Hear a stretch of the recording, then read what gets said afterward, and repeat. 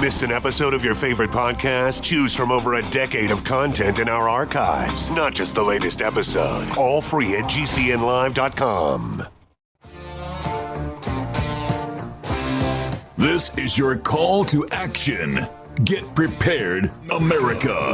Economy, survival, energy, disasters. This is USAPrepares.com. Informative radio, educational radio. Interact now by emailing instructor@USAPrepares.com or text at 434-390-7953. Class, please take your seats. Now, your instructor, Vincent Finelli. Everyone all set? Cocked? Locked? Here we go. Your dial set correctly to USA Prepares. We're delighted you're here. We broadcast 2 hours, Monday through Friday, from high atop the Missouri Ozark Mountains, 9 a.m. through 11 a.m. Central. If you'd like to call us, 866-582-9933. If you'd like to take us with you as you travel, 605-477-3249. That's the listen line. There's a link to your instructors on the website, usaprepares.com. John is engineering the broadcast in Minnesota. And for those of you who are new to the class, there are over 200 of us here at USA Prepares. Experts in various areas. All of us are innovators. We're dentists, medical doctors, surgeons, engineers, CEOs, broadcasters, editors, researchers, authors, physicists, programmers, and students rising to become instructors. None of us is capable of holding down a job. I'm delighted to introduce to you your newest instructor. His name is Bruce Kay. Bruce is an electrical engineer, and we have many things in common. We are both farmers. We are both frugal. We don't waste money, time, nor resources. We're both interested in alternative energy and increasing efficiency in everything we do. Today, we're going to be talking about electricity. We're going to learn about our electric bill, what comprises our electric usage and our electric bill by appliance type. We're going to learn about Ohm's law, and we're going to learn about power cords, extension cords, what size to use, and why. Welcome, Bruce. Good morning, Vince. Hey, good morning. I didn't share with our class the way we met. Maybe we could do that very quickly. The phone rang, and you called me, and you listened to the broadcast, and we were talking about tractors, and we're talking about solar energy and our passion to learn more about that and to implement a really top-notch solution for a very low price. Would you say that's somewhat accurate? Yes. We have a lot in common. Deutsche tractors, the frugality, definitely, being farmers, yes. And we also, I'm also interested in trying to put together a solar package for my farm, for the farm and the house, and trying to do that in a low-cost method. And so there's been a lot of adventure and drama in that process. Yeah, and I think, later on, in subsequent broadcasts, we'll talk about some of the things that we've thought about and some of the things we've ruled in, ruled out, changed our mind a bunch of times, and why we decided to do what we decided to do. And it's really quite fascinating. We'll talk about that in subsequent broadcasts. Bruce, this morning I was in the kitchen, and I was getting ready for this afternoon's adventure. And we have a friend, actually an instructor, who needs some help with some wiring on his farmhouse. And he needs help figuring out which wires go where, because they've been disconnected in his electrical panel. So I plugged in a couple walkie-talkies, little tiny handheld walkie-talkies, so that he can be at one end of his farmhouse and I can be in the basement, and we can trace down these wires. And that brought to mind, what is our electric bill? What does it cost? How much does it cost to, plug in things like walkie-talkies? Well, what about TVs and plasma TVs, and compared to LCD TVs, compared to the toaster and the oven and heating hot water and air conditioning and on and on and on. So can we start with, where does our electric bill where are the costs that add up in our electric bill? What costs what? What uses what? And also maybe determine or share with our class the terminology that's used in electricity. Certainly. So for those who are online, if you're interested and have web access, there's a website called michaelbluejay.com. And Michael apparently delves into a lot of different subjects, but one of those is electricity. And he has a nice graphic of usage of the typical U.S. household for energy. So for the average house, he has a pie chart, and he's showing that this is average.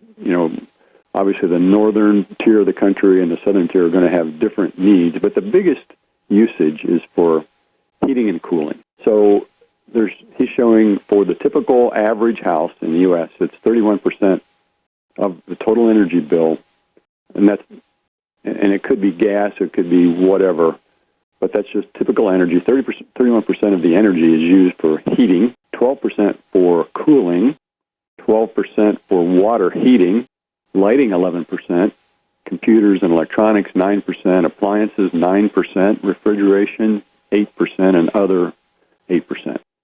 So obviously, if you live in Florida, your cooling is going to be higher and your heating is going to be less, maybe even none, just depending on the year. And up north, you may not have any air conditioning to speak of, but you might have quite a bit of heating. So it depends on what part of the country you're in, but it seems like, based on his calculations, that heating and cooling are the biggies. It's interesting that you say that. And so as we discuss this, Bruce, we should probably think about, class, we're going to try to save you money in these various areas. So the bigger the cost percentage, the larger the cost percentage, the greater the potential for savings in that area. And we'll talk about that as we continue. That's right.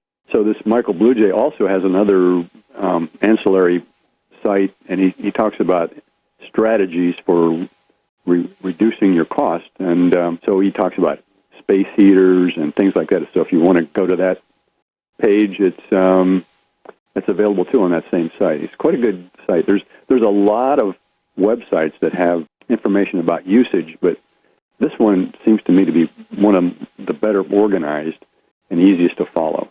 And I don't know, Vince, if you want to put up some of these other sites, Yep, or if you want to put I will. During the next break, I'll have bandwidth enough to do that. Okay. So in about 5 minutes, I'll begin putting them up, and by 10 minutes from now, the links will be on the website. Our website's up, usaprepares.com. It'll be on page 1. Okay, Bruce, you there? I am. Okay, great. I was looking at the cost for water heating at 12%. This afternoon, I'm going to go visit a friend, and I advised him to buy insulation for his hot water plumbing to run from one side of the house to the other. And I was not happy with the insulating value of typical foam insulation that goes, this closed-cell foam that goes on the pipes. You can get it at Lowe's, you can get it at Home Depot.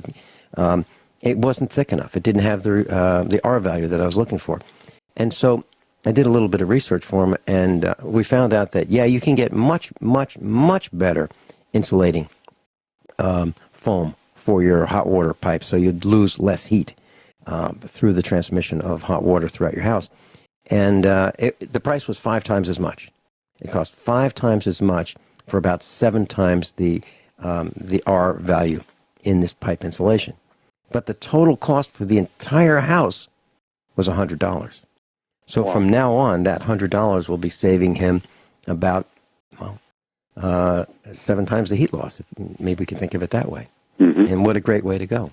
Yeah. So research is important. Don't settle for what you see. Ask questions. Is there a better way? And that's what Bruce and I, well, I'll tell you what, we almost wear ourselves out trying to find better ways. Yeah. Okay. So looking at this pie chart, Bruce, refrigeration is 8%. So there's a lot of potential for saving there. Just cleaning out the refrigerator coils, the freezer coils, not putting refrigeration next to appliances that heat. Okay. But the space heating one, wow, 31%. Those little heaters use a lot of electricity. about a third of your electric bill, typically in the United States. A third. Space heating. It's unbelievable. Yeah. Okay. Yeah, and where would you like to? Yeah. Yeah. Where would you like to go from here?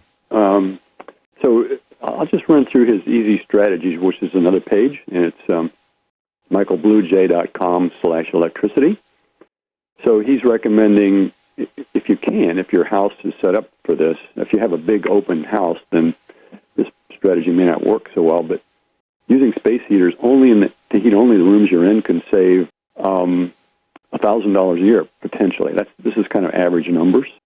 Now, that may not be possible, but he's showing an upfront cost of $80 buying some heaters and so forth. But it kind of depends on your heat source. So I use, Vince, you use wood. I use other materials to heat an outside boiler. So that heat is pretty cheap heat. So that may not be the best way for me to personally say, but it just depends on your circumstances. You have to just think about it. So the number 2 way he's recommending is using ceiling fans, because typically with a conventional hot air or HVAC, you have air pumped into the room and the hot air goes to the top. So if you have a fan, you can push that hot air down and make yourself a little more comfortable. Now, I personally put hydronic heating in my floor, so the heat's on the floor already, and that makes the room much more comfortable. So that's an idea, too, is to get the heat from the top of the ceiling down to where you're at. And the third thing he's recommending is turning off the lights when you're not using them. If you're out of the room, turn off the lights. Now, some people don't like to do that. They'd rather just leave the light on, but it can add up to several dollars of savings per year. Like he's showing $274 of savings just turning off the lights you're not using. Bruce Kay and I will be right back after these few short commercial announcements, during which I will post the links that Bruce is talking about today on the website, usapreparedness.com. Please don't touch that dial. We're going to save you a lot of money. Class, I posted on the website the links that Bruce Kay is talking about here in class today, ways to save money. And I want to thank Ed at UserSite. Called me last night before I had a chance to get the website working. Called me up and he said he was going to fix it. Bang, he fixed it. Thank you so much, Ed at UserSite. Bruce, let's continue. We're talking about energy-saving strategies. Sure. So the fifth step he's recommending is sleep your computer when you're not using it. So let it go into sleep mode. That'll actually save some electrical power. The next one is wash your laundry in cold water rather than hot water, if you can do that. That'll save on your hot water bill and reduce that. He's showing $150 per year of savings. Change your light bulbs to, he's saying compact fluorescence. I actually prefer LEDs. I think they're safer, better. So that's going to save you a fair amount of money. And then if you want to get really aggressive, he's showing using a front-loader washing machine, which spins out the water better, which if you're using a dryer, electric dryer or a gas dryer, you're going to have less drying time because more of the water spun out of the clothes and they dry faster. So that's another option. But those front-loading wash machines are somewhat expensive. I had one for about 5 years, and then the bearings went out on it. So it is possible to replace those bearings. One time, my wife was washing, and we saw this grease on our clothes, and I thought it was from my farm clothes, and turns out it was grease from the bearing. So if you have a front loader and it's making a noise, check into it because the bearings are probably going out. And you can go to a website called Front Load Bearings, and they have every bearing I think available. And it's a little bit of work to tear your machine apart, but you can do it. And I did it. Just be very careful to follow the instructions that he gives you in his YouTube videos. And then replace your fridge or your freezer with a newer version. I was skeptical of that one, but I have a newer deep freeze and an older deep freeze, and I checked them both. And the newer freezer and fridge are more efficient, believe it or not. I didn't believe that, but I'm going on memory here, but I think it's almost twice as efficient. So probably the insulation and the way the compressor is designed, all those factors together, it will save you money. So that's another thing you can do to reduce your costs. And so it's much better to reduce your costs, do the insulation, do those kinds of things, rather than if you're trying to put in a solar system or some other kind of backup system. To build a bigger system, it's much just, and also reduces the amount of pollution and energy required. It just conserves fuel and coal and whatever to just reduce the amount of energy you're consuming. So it just makes sense to just think about what is what your setup is and try to change that if you can. I totally agree. And Bruce, I do all of the things that are recommended on this website, except for one. Our refrigerator, because we built a new house, is a newer model, and our freezer is as well. But the thing I did not do is replace the top-loading washer with a front-loading washer because of the cost of them, and from what I've read, they're plagued with problems. The older top-load seems to be more durable, lower cost of ownership, lower cost of repair, and has less electronics built in. And that's a concern where I live in our neck of the woods where lightning strikes. And, a lightning strike, you hardly ever hear of it taking out a top-load washing machine. But the front loader with the electronics or the front-load dryer with the electronics is a concern to me. I agree. Also, I agree. If I could just comment on that. So sure. In that case, a person could consider a varistor-type device to lessen the electrical strikes. And in your case, if you have a solar system, I would put your inverter. I'd put your washing machine on the inverter to avoid that issue. That might help you considerably. Yeah, and I agree. Bruce I agree just that, mentioned. I agree that the lightning strikes are an issue with those. I had an old one and worked well. Now I have a new one, so we'll see how it works. Bruce mentioned varistor, VARISTER or OR. It's like a variable resistor, and we'll talk a little bit about that when we come back. We're talking about electricity, and Bruce K. mentioned varistors, VARISTOR, and what comes to mind, it's a voltage-dependent resistor. What comes to mind is MOVs, metal oxide varistors. We've got them all over the house here. Bruce, would you tell us what they are, please? Yes, it's a device that is put across the circuit for your device, for your appliance, for example, for your washing machine or whatever, television. And if the voltage gets too high, it will shunt the current and protect your device. So it really is a protector. It's not perfect, but it works pretty well. I actually had one on my fence charger once, and it was black. It was fried, and I was a little concerned that it could start a fire. So just be a little cautious with those and put them in a place that is not vulnerable to a fire or something, because it could get hot. So you are correct on the spelling. And yes, varistors are very useful. And class, you can look it up as MOV, metal oxide varistor is the abbreviation, but you might want to put in MOV electricity, that kind of thing. And the reason I think this is important is our friend that I'm helping has a computerized dishwasher, computerized refrigerator, washer, dryer, TV, computers, stereo system, DVD players. All of these things in the house are state of the art, and they run with the assistance of computers. Computers are doing things that we used to do, and I was very concerned about lightning strikes and surges in power, pulses and instantaneous pulses in power that can take out this equipment. And the answer is MOVs.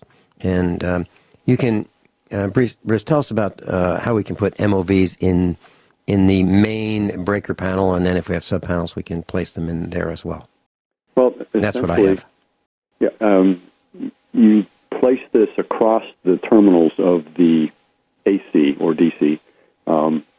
So if you had a big enough one to handle your whole house, for example, you could put it across the, I'm not sure if you'd want to put it between a 220, the two hot legs of your 220, or one from the hot to the neutral, and then another one from the neutral to the other hot side on a 220. But you essentially, that's what we have. That's what we have. We go from one hot to neutral and the other hot to neutral, and it's in a plastic package, almost like a very, very tough kind of plastic, and it's packed in sand. So inside this plastic package, which is, let's say, 5 inches by 5 inches by 4 inches deep, there are leads that come out of it, and the MOVs are packed in sand. So should there be the potential for a fire, when these varistors get hot, they are packed in sand to put out that fire. That's good. I'm going to check into that. Mm-hmm. Yeah, and I have them at the main breaker panel, and then I have them at each sub panel. So we have, I think, 5 sub panels here at the farmhouse, and each one of them has a breaker panel varistor, or MOV, surge suppression, and it, for the most part, it's been working very well. The surges that we get seem to come in on the phone line. They don't seem to come in on the power line. They come in on the phone line and blow up our equipment. Very good. You might want to try putting those there as well, getting a lower voltage MOV. Mm-hmm. That's the next step. You're absolutely right. Yeah. Okay. Bruce, what's next? Let's see. Do you want to talk about cord length and size of cords and that kind of thing? Yeah, that would be great. You know, I'll tell you why. A couple days ago, I was hooking up, had a tractor that wouldn't start. I ended up buying one of those battery chargers that has a 200 amp start feature.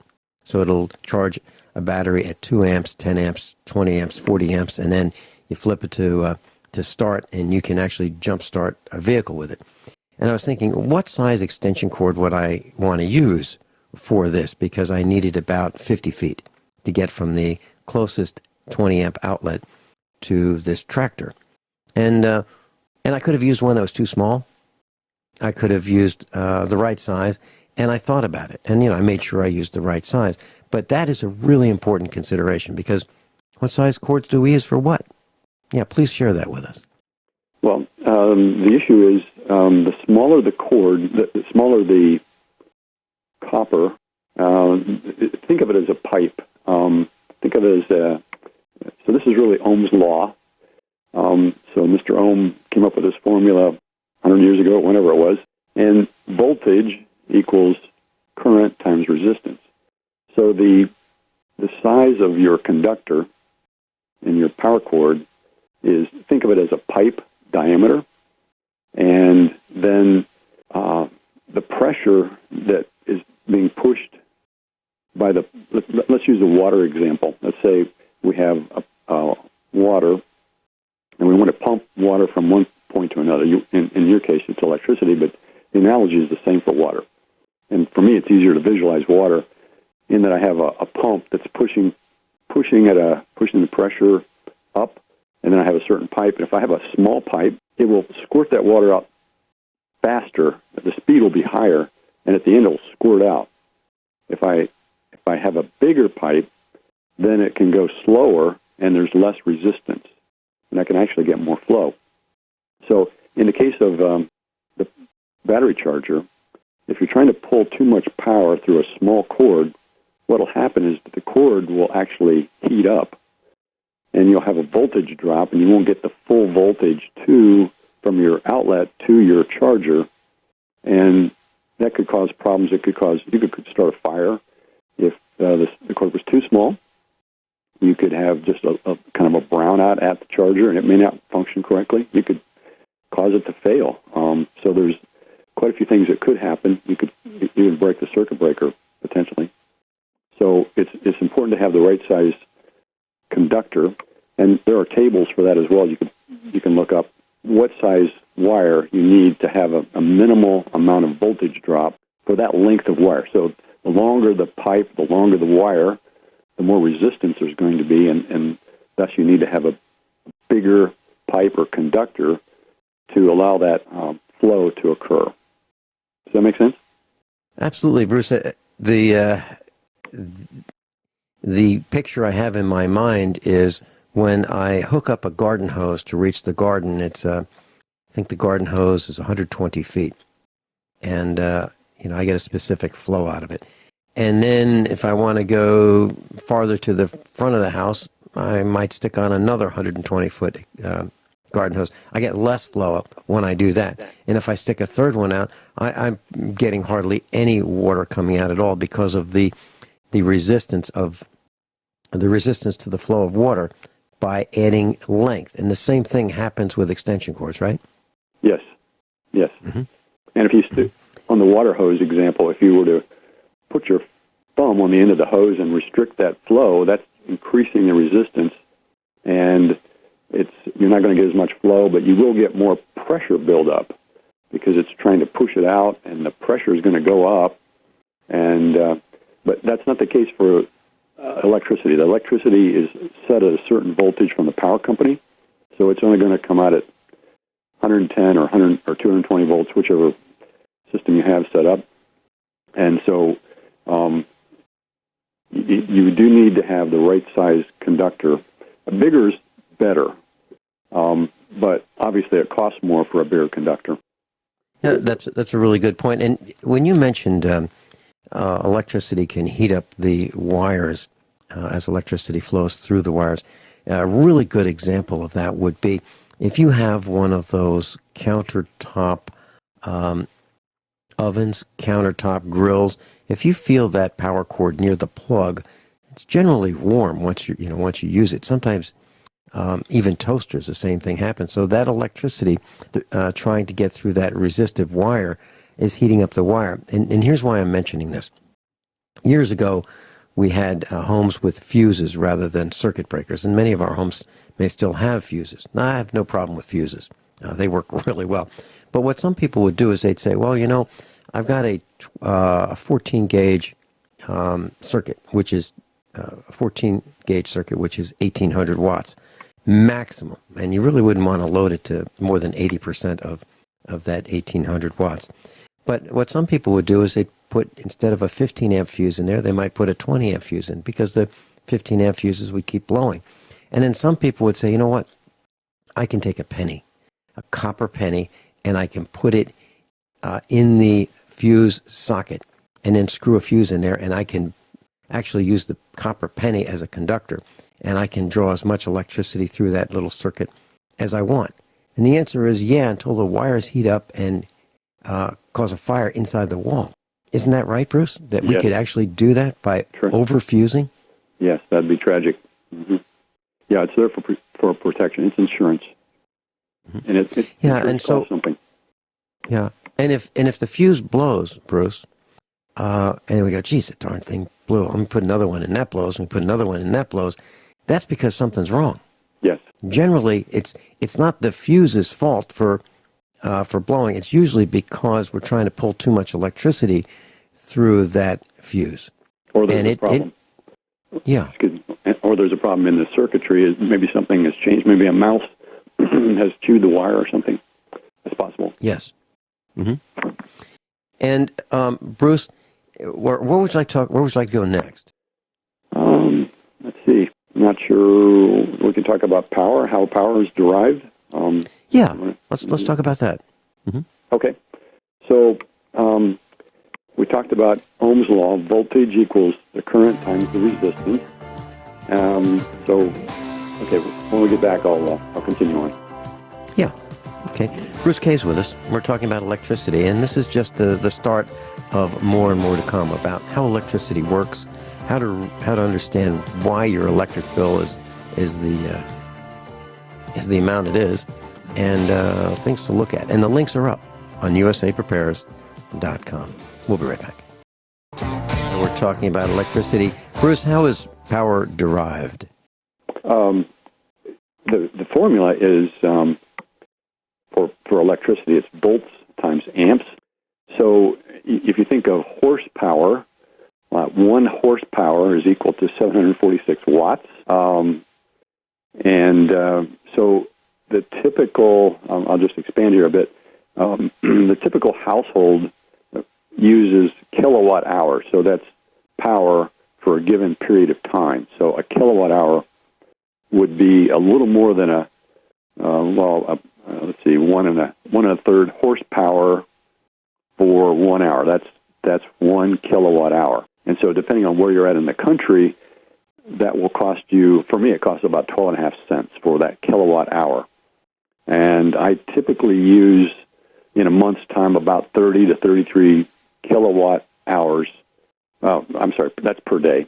So, and it's around 1,000 kilowatt hours for a month. So my bill is, 1,000 or 100 to 110 or $20 a month. That's kind of my range. So that is, in general, how your power bill is arrived at. So what's yours, Vince? I'm sorry, did we lose Bruce? Okay. I'm here. Can you hear me? Okay. Yes, got you. Okay. So I was asking, just stating that my power per day is about 33 kilowatt hours, and I was just wondering, it's about 1,000 a month, 800, 900,000, depending on the usage. I just wonder what yours was. Ours is about $100, a little less than $100 a month, so it's very close to yours. And our electric cost per kilowatt hour is about 10 cents. Okay. So a little less expensive per kilowatt hour than yours, but about the same amount. So you are, no question about it, you are very frugal to run your farm on about $100 a month. That's way less than just about, well, probably more than half of the households. Well, I'm told that we use very little electricity. As a matter of fact, the electric utility company came out here sniffing around, taking apart the transmission boxes on our farm because we don't have overhead wiring. It's all underground. They're looking for how am I getting by on so little electricity? Literally. So I am. I do have a gas water heater, a propane. I have a large propane tanks. So I have a propane water heater and a stove, a range. So that is gas, and that tremendously because there's a lot of power consumed in the of electricity. In fact, but we do have an electric clothes dryer, which my wife uses, especially in the wintertime. So that's a big difference right there. Before I changed to gas, I was using quite a bit more electrical power. Well, so Bruce, just so that our class can get this mental picture, 100-watt light bulb, we all know what that looks like, feels like, and we know about the heat that comes out of a 100-watt light bulb. And so if we use a 60-watt light bulb, we're going to use 60% of the electricity of a 100-watt light bulb. And if we have a device that, if we read the back label and it says 5 amps, and we want to know how many watts that is, we just multiply the voltage, which maybe it's you plug it into your wall, it'd be 120 volts times 5 amps. That device would use 600 watts, or 6 times the power consumption of a 100-watt light bulb, right? And then I was having a discussion with a friend of ours who has a pool, and I said, you're running this thing 24 hours a day. It's 1 to 1.5 horsepower. That's either 746 watts or 1.5 times 746 watts, roughly 10 cents per hour, $2.40 a day, 30 days per month on average. It's a pretty expensive proposition. How about putting in a 2-speed pump, one that uses 1/6 the electricity on low speed and uses regular 1/6 the electricity on low speed and uses regular amount on high speed, and you'll drive your electric cost down probably to 1/6 of what it is for that pool. And what a great idea. And how much does that cost? Oh, a couple months worth of electricity. Yeah, good It works great. Good idea. Yeah. Bruce, I'm looking forward to spending some more time with you in person, on the radio, and on the telephone. Thank you so much for sharing with us this information about electricity. Everyone all set, cocked, locked. Hour number 2 of USA Prepares with Miles. Miles from the European Union. Welcome, Miles. Hey, Vince. How are you doing? Hello, class. I hope you all have a great morning. Miles, thank you so much for taking time from your very, very busy schedule to be with us today. I have a question for you. Before you ask me that question, let me congratulate you first. Congratulations to whatever comes down with the Trump administration. But one thing is very remarkable. PBS and NPR are looking for a big defunding this year, and that brings you into an all different ball game. So congratulations to that one. That the money stream will be dried up on the fake news. Yeah, and well, very good point. And one of the things that I wanted to mention during this hour is that the United States gained, in January, according to CNS News, that we gained 5,000 manufacturing jobs, which is a drop in the bucket. But that's not the good news. The good news is we lost 10,000 government jobs. Now that that's a tiny start, but it's in the right direction. So if we could lose 100,000 government jobs a day, now we're talking. And so how many government jobs are there in the United States? 22,286,000. Yeah, if you add the EBT card holders to that, because they receive benefits from the federal government, that means they are on a payroll as well. Update that number, and then you come to something. Kind of have a feeling it's something coming down the pike there as well, because Trump announced already that he will have more employment and will get rid of the welfare state as much as possible. And that brings me to something where I wipe that smile off your face right away. Since he announced that, all the European nations are going.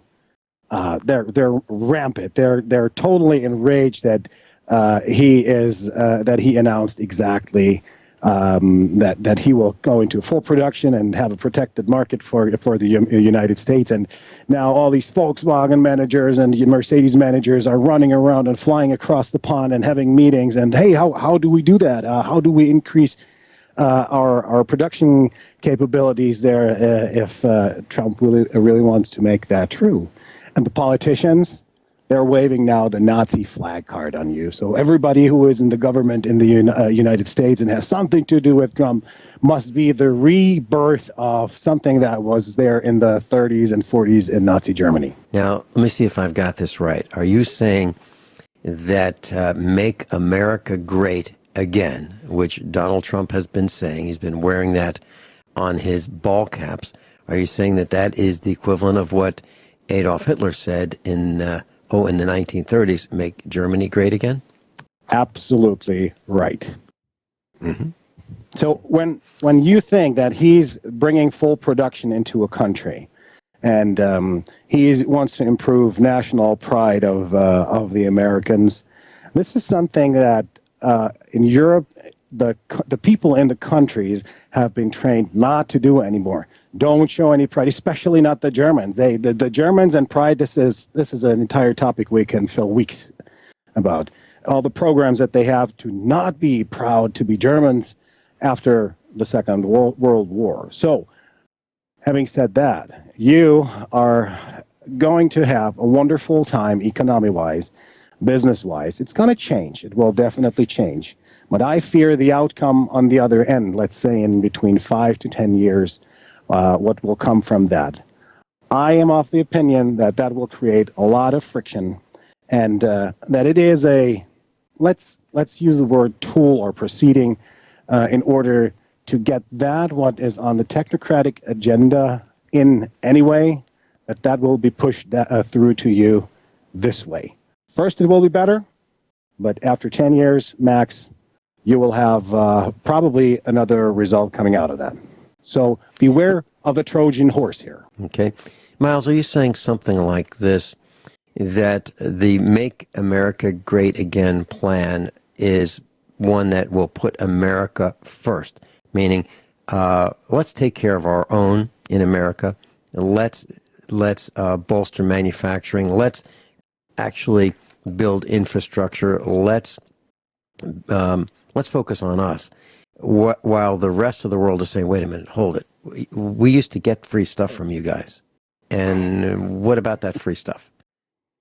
What about those missiles? What about those arms? What about, the food, the medicine? the things that we used to get for free, are we going to still get that? Is that what we're saying is going to be on the decrease, and that's going to cause friction? This is one look. Everything that the United States gave away as a freebie or as development help and aid was printed out of thin air through the Federal Reserve. It's and look at your national debt. This is the result of it. So it is every good household, every good housewife, and every good man in a household.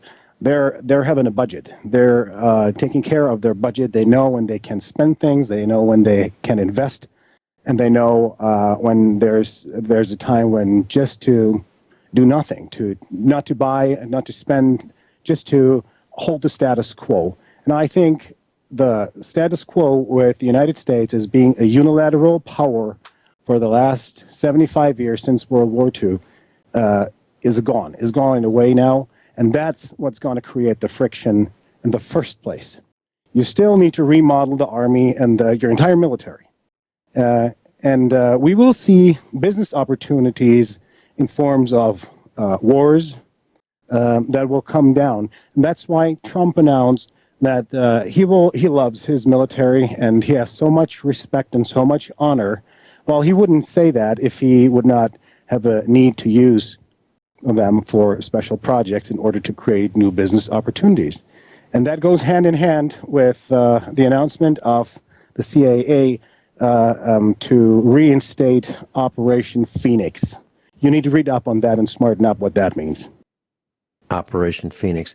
And are you talking about bolstering the military so he can say to countries like Mexico, you know what, we have a problem here in the United States. You guys are smuggling drugs in here. You got to clean it up, or I'll tell you what, we're going to come in and we're going to clean it up. And it won't be any fun for anybody if we come in and invade your country. So I'm is not that what so we're talking about? I'm not so sure whether Mexico is on the table for dinner, but what I definitely do know is that your national security advisor 2 days ago in the national press conference briefing with the White House, he put Iran on notice. So there's the new enemy already in the ballgame.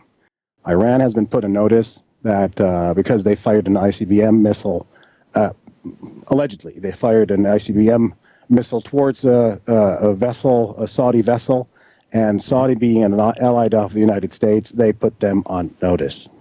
Miles, what is your greatest concern at this point that we need to look at? Is it for survival? Is it planetary flybys? Is it finger on the button? Is it unilateral attacks? Is it radiation? Is it all of that? Well, I kind of go back to your analogy. The threats are coming from 360, and you need to train your family to have your back. And if somebody has a sides, that's even better. So your 6 o'clock needs to be covered for sure. You need to begin to think on a family level on what you need when the light goes down, and this is your recipe. It's nothing new with that. It's your recipe. Turn off the electricity for a weekend. Find out what you don't like. Adapt to it. Find out, learn what you need to build, what you need to buy, what you need to think of in terms of changing your daily shopping habits. If water is an issue and you don't have the opportunity to get water or water filter, okay, stock up on distilled water. You can't put minerals into distilled waters that it gives you some more benefit than only distilled water. Mm-hmm. If it's the food, build up the food. Yep. Mm-hmm. Go ahead. Hour number one, Bruce Kay was on with us, and he's an electrical engineer. And we were talking about appliances, and I have this resistance to buying appliances that are computer controlled. I'm talking about high-tech refrigeration, high-tech freezers, high-tech washing machines, dryers, televisions, and all that have connections to the internet and are really driven. The controls are computerized. I like the older mechanical style, the mechanical style timers and things like on the old appliances. Do you have that same feeling, or do you think the new stuff is okay going forward? Let me tell you a story about what happened to me 3 weeks ago. 3 weeks ago, we had these snowfalls where we accumulated 6 feet of snow overnight here in the mountains. The interesting part with that story is that during that snowstorm, we had a lightning storm. I mean, we had over 100 lightnings going down in our area here. So our house was hit a couple of times, 5 or 6 times by lightning was struck.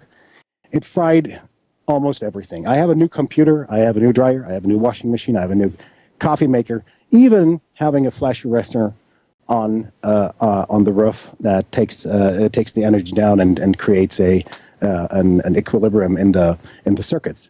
It didn't help. So I had to invest €3,500 for new hardware, and now I ended up with a couple of things that are new, because I cannot get the old ones in here, not knowing what I need to have for replacement parts. And it would have costed me almost double as much to have the spare parts coming in for old stuff that would work properly, but you don't know when it fails. And to continue with that when you come back, what do you think about that? Absolutely, and that is a dilemma, an absolute dilemma. Miles in Europe's with us, and we're talking about lightning, and we'll talk more about it when we come back. Class Miles is with us, and I mentioned that they've had about 6 feet of snow and about 100 lightning strikes in Europe. And Miles, so please continue with this. So what happened was it took basically out the entire family infrastructure on appliances and gadgets that we had, and we needed to replace them. And we were stuck with a question whether we will buy older appliances in order to have a safer, to be better prepared in terms of being mechanically safe with everything, or to buy new ones. And for now, I've chosen to go the route of being more modern. I have now a heat pump dryer that doesn't require so much electricity, but I have to put a disclaimer on that one. We're living in a place where we have a line where we can dry clothes indoors if it's warm enough in the attic, and even outside. For washing, for the washing machine, we have a barrel, a 60-liter barrel that I converted with a couple of flaps inside that I can turn. So even if there's no electricity, I can wash in that barrel. That barrel was very useful when we once had the situation that we didn't have electricity for 5 days. And then we strapped the barrel to the tractor, and every time we were doing something outside, we filled up the barrel with water. We dumped in the clothes, put some detergent in there, and after half a day of driving around with the tractor, it's clean. So that you just need to find out how you improvise in your environment. It takes a little bit time and creativity and research, and YouTube is a good resource for that in order to find the solutions that will apply best for your environment. So very good point. Very good point. So me choosing now more modern equipment might be just a contemporary thing until something comes. And some of these wonderful asteroids I see every night here flying by I can head and create even that can create a smaller EMP and take out appliances. I'm not worried about that, because when we are talking about something, you and I and many of the instructors here are solution-oriented. And solution orientation is a mindset that you need to grow. It will start at some time. Listening to that show is the first step. That is listening to it and applying what you learn here onto your own life. And this requires research. So you better make time for your own research, for your own environment. Vince? Yeah, I totally agree. So instead of just being programmed by the boob tube, go to YouTube and search out the things that you'd like to know more about. I totally agree. And I use YouTube for lots of things. For example, if I'm going to do an operation on the car that I haven't done before, instead of trying to figure out by banging my knuckles, what I'll do is I'll go to YouTube and I'll spend maybe 10 minutes in front of YouTube, find a couple different sites, fast forward through them, get the information I need, and then I'll save an enormous amount of time when I go do that mechanical operation, under the vehicle. And Miles, as during the last commercial break, I got up and I walked around the studio, and I just counted cables. And let me explain this, describe this environment that I'm in.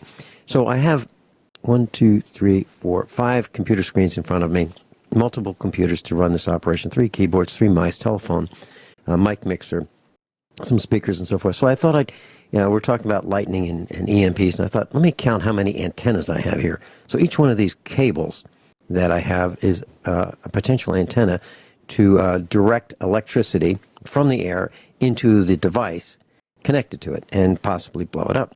I stopped counting at 76 cables, Miles, in the studio. 76. There are more than that. And all I did... You are an array. You are an electromagnetic array here. Well, I've got them as far away from me as I can. But here's the thing. In order to do what I do here, I need this many cables. So just for this video screens, which I cannot reach from where I am, they're that far away from me, there are 5 cables, 5 video cables, and then there are 5 power cables. So there are 10 cables just operating the monitors. Okay? And then what I have in the studio is I have the cables on the floor. And so I step over them, and the reason I have them on the floor is because to troubleshoot them, if I had them all bundled up nice and neatly under the floor and drill holes through the walls and stuff, I wouldn't be able to figure out what I've done. So that's why I do it that way. But this is just indicative of how potentially fragile this broadcast studio is. And it's not the only one like this. Most of them are like this. Miles, you've got your finger on the pulse of what's happening in the automobile industry, and I'd like to share something I've observed, and I'd love to hear your analysis of it. As you know, we have a number of older vehicles here on the farm, and because we have older vehicles, we get a chance to see the progression from older to more modern. So one of the vehicles is a 1994 Chevrolet 1500. That's a half-ton pickup truck.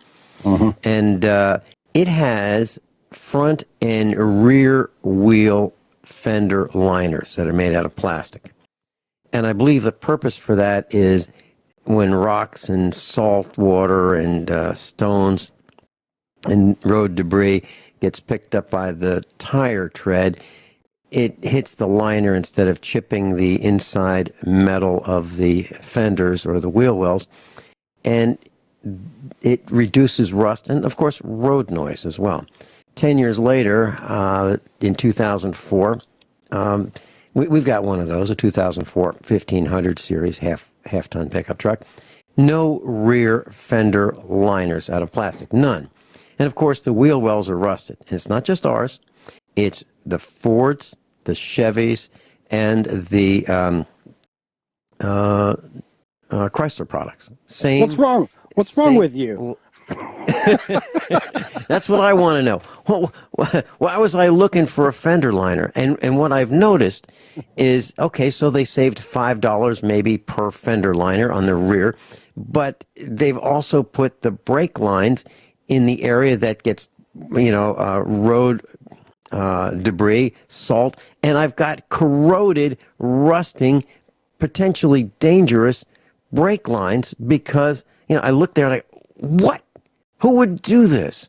What happened, Miles? Did they all get together and say, I'll tell you what, we're not going to plate brake lines anymore? Yeah, all right.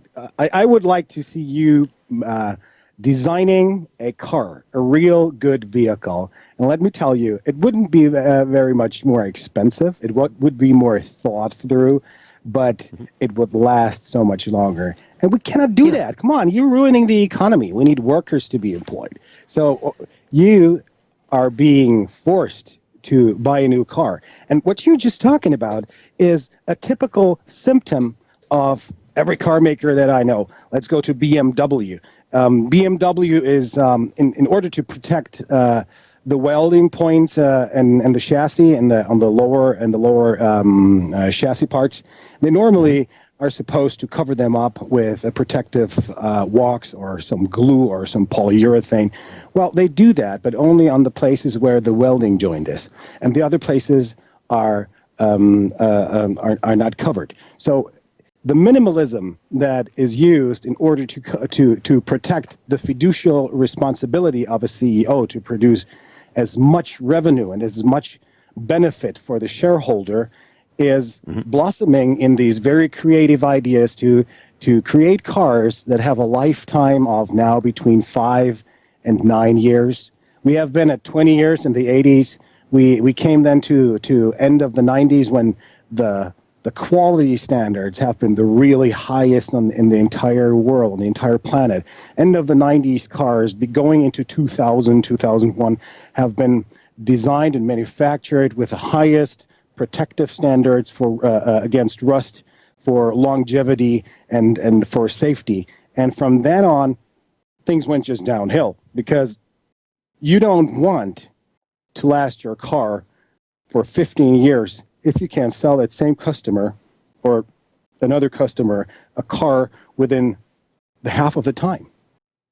So it is so important, and even here, it is about preparedness with your car. If you buy a car, you are well advised to inspect it, to buy off these one of these cheap boroscopes or endoscopes, and just look into the crevices of the chassis and find out the state of the car. If there's rust, stop it. You can do that with fat, with not with wax. It's the grease that you need for that. It crawls in there when it's hot, and it protects it. And there are wonderful products for that. But what you're talking about is obsolescence. And for somebody with a prepared mindset and walking the path of the mastery of life in order to have all bases of life covered, this is something that you need to do your research as well on. Miles, in the United States, there's a company that sells automobile parts on the web. It's called rockauto.com, R-O-C-K auto.com. And I've been to their website many, many times, and I buy parts from them. They're about a third less in cost than going to the local auto store. And so if you plan and you order your parts early before you need them, you can save an enormous amount of money, and that's what I do. Well, I was at their website, and you type in you click on the year of the car, the make, the year, and the model, and they have items listed by category, like ignition and wheel and belts and those kinds of things. And the items that are most commonly purchased are listed in bold. Well, for this 2004 Chevy pickup truck, you can go to body parts, and one of the most common body parts is a rocker panel. A rocker that you would replace a part of the body. Now, why would you do that? Because you'd bang into something, right under the door of the driver or the passenger? No, it's because it rusts out. That's the rusting out. Yes, the rusting out is the speed of rusting out has been increased since we have all these wonderful nanoparticulates and of aluminum and strontium in the air. Because what happens is, if you have a scratch in the paint and it rains and you get some of these nanoparticulates in there, it starts to create an ionic current there. So it's electrolysis that's happening in this little crack. And when you go through mud on a rainy day and it scratches your underbody and you don't take care of that ASAP, it will start to rust very fast, faster than you've seen that 10 years ago. And that goes... That's right. Yes, and that goes with the erratic weather patterns. While we had the lightning storm, while having a snowstorm, it is so much charge in the air and even charge in the groundwater due to these nanoparticulates, that rusting is something that has been increased with that on a scale of at least 10 years per year on a daily basis with normal steel. Miles, I've in that line of discussion, I've noticed something that's absolutely driving me crazy. And here it is. We are finding that the battery connections to our tractors are failing like that we've never seen before. So, for example, a connection that used to be fine, a ground cable, is failing between, not at the battery location necessarily, but where that cable terminates to the chassis of the tractor or to the engine block of the tractor. We're seeing more and more failures, faster and faster, like never before. It's like a disease that we have to keep fixing and fixing and fixing these.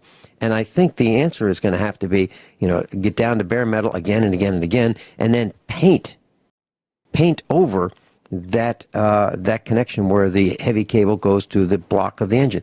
Are you Exactly seeing right. the same thing, or is it just me? Vince, I restored a Mercedes W210 chassis for Matic E-Class Mercedes last year. It took me 6 months, but what I did was everything that I installed new, everything that I took out and then cleaned or sandblasted and cleaned it and put it on, I covered it with paint, with polyurethane paint that withstands even shocks, that even if you hit it with a wrench, that it doesn't chip away, only to have a protective layer on that was infected. And I even replaced transmission lines, and these transmission lines I prior coated in polyurethane urethane paint as well, because they are rotting away. And the only thing that you really don't want to have in a hydraulic system, that is humidity. Mm-hmm. And, I was talking to Mrs. Finelli about these brake lines, and she said, okay, so what do you have to do? And I said, well, it's not really a big job. Just take the gas tank out. So, yeah. Yeah, get the back axle out, get the gas lines out, the gas depot out, some electric wiring, and that takes about 3 hours. The fun part is how to align the everything back in and then put it back up without scratching anything. So, yes, it's a fun job. And so she said to me, well, can you just replace part of it? And I said, well, I have a double flare tool. I certainly could, but I'm not going to because I don't feel safe double flaring a rusty brake line, so that I don't have to go over the gas tank. So what I'm going to do is I'm going to wait until the gas is almost gone out of the tank. I'll put the truck up on the lift, take the gas tank out, and do the job correctly. However, not everybody has a lift, Miles. And so how much would it cost to have, and there are two really rusted brake lines, one going forward from under the seat of the driver's seat and one going to the rear. So how much in parts? We're talking $20 in parts. Brake lines are relatively inexpensive. But the 3 or 4 hours, and you have to have a lift to replace it, are we talking several $100s to have two little brake lines replaced? I mean, these things are smaller than the diameter of a pencil. I give you the exact number. To replace two brake lines with a Mercedes, going from the driver's door to the back wheels, two lines, costs you 4,300 euros here. If I do that with Mercedes, they charge me closely to 6, because whenever they touch something, they need to replace it because of the rust and the oxidation. So here you have it. If you bundle up with 2 or 3 friends and you build a business, like a spare part business, you are a spare part business for yourself and for 5 or 6 of your friends, where you repair your cars together and where you can have the benefit of getting the cheaper pricing on quality parts, and learning how to do the job and build an inventory of good tools. You have something to go forward into the future, and you have something like a 1, 2, 3, 4, 5-man militia that is working together in order to find solutions in terms when something happens. And that's a really good point. I totally agree.